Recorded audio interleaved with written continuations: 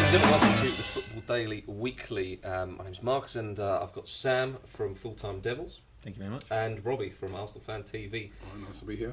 Let's start with Arsenal then, Robbie. This is ridiculous. Are Arsenal top favourites for the title? We're already talking about that. I don't know about what favourites. What a change around. I don't think we're favourites for the title. I think we've had a magnificent start. We lost the first game, but since then we've been playing very well.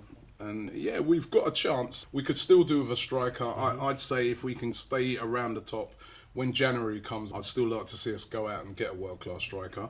But then, looking at our squad, we've got... Nicholas Benter's back. What a player. What a player. Well, you know what, you guys laugh, but we've got Podolski there, and he's injured at the moment, and he is a top-quality striker. And Walcott? If Theo Walcott, most assists, most goals for a winger last season. Speed merchant. You know, we've got a lot of... And the encouraging thing about it is that a lot of these... We've got a lot of injuries at the moment. I think if United had injuries to the same sort of players, similar players that we had, you'd be struggling even more. So I'm really encouraged by our start. I wouldn't say we're favourites. I think there are some squads that are stronger than us. But I think there's nothing to fear this season. Sam, would you put Arsenal as title favourites at the moment, or do you think Chelsea and Manchester City? No, I wouldn't put them as favourites. Right. Teams like Manchester City have more in reserve, as in a lot stronger players in reserve. Yeah, I'd agree with that. Yeah, it's not a criticism of Arsenal's squad. I'm not saying your squad is weak or anything. Depresses me massively. But if they can get a bit of form, I think they're the team that will probably they could run away with it. Well, I think we're okay. So you agree that Arsenal aren't title favourites. But the next, it's certainly up there. Though. The next question is: can Manchester United go this season without winning a trophy? Sam? We can. We could do it. And you're doing your best. We're doing I've got faith. We're carrying like this. I think we can do it. Yeah, exactly. We've got a real chance of feeling like you feel at the end of the season.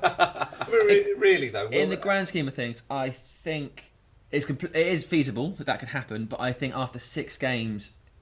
It's too early. Too early to predict, really. Oh, yeah, okay. But also, I don't think the fans will have a choice. The same as now. I think Moyes is under pressure now because the results have been bad. But he's not going to be under any pressure from the board because the board is Alex Ferguson, Bobby Charlton, David Gill, and the Glazer kids, and they're not going to be looking at him and going, "Look, David, we brought you in here because they didn't bring him in for instant success. If they'd wanted that, they'd have chosen Mourinho, but he was left sobbing because they want consistency. That's why he signed a 6-year deal because." In 6 years, it might take a couple of years that he works out. It doesn't go well. He's not going to get the time like when Fergie. I think he will get that 3-4 years without 3 or 4 years without trophy. Right, that was a different era. In those days, there was no Twitter, there was no Facebook, there was no.